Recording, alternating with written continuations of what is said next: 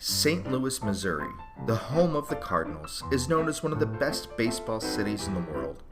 The Cardinals are one of the most successful and storied franchises in all of sports. And here you are, a Cardinals fan, screaming at the top of your lungs, telling everyone you're the best fan in baseball. No one is a bigger fan than you. And you don't have a clue how all of this happened, do you? You don't even know how baseball got to St. Louis. Well, shut up and listen, and I'll tell you the legend of how baseball first came to the Mound City.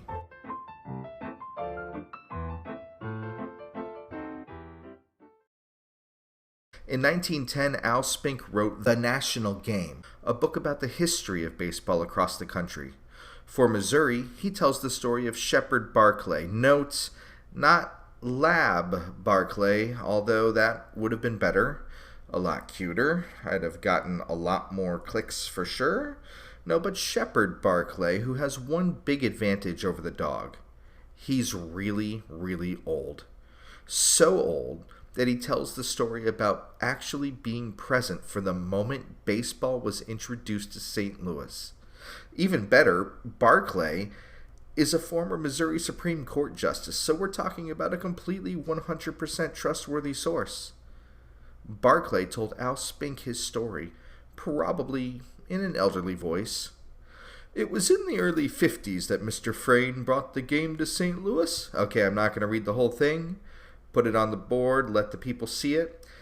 Basically, baseball had been invented in New York with the more modern rules. And from New York, Mr. Frain came from the east over to St. Louis, laid out a diamond on the field in Lafayette Park, and taught people how to play the new modern game of baseball.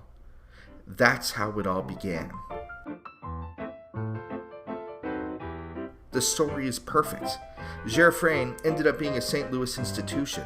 Known as the father of St. Louis baseball, he was one of the main leaders of the early amateur teams. Shepard Barclay was one of those players and later an honored member of the court. And Lafayette Park, of course. It's Lafayette Park. It had to be Lafayette Park. Historic and wonderful, it's the oldest park west in the Mississippi, and it still exists today. You can still go there, and you can still watch baseball. And I'm talking old-timey 1800-style vintage baseball, where teams compete for, yeah, that's right, the Shepard Barclay Trophy on the same plot of land where the great game first found its way to St. Louis over 150 years ago. It's the perfect story for the perfect baseball town. There's just one tiny little issue. It is all crap. Luckily, this would be the last time Missouri would have to worry about a government official not being completely honest. Hi, I'm Bruno with Birds on the Black, and this is CardAnnals, giving you the real history of the St. Louis Cardinals.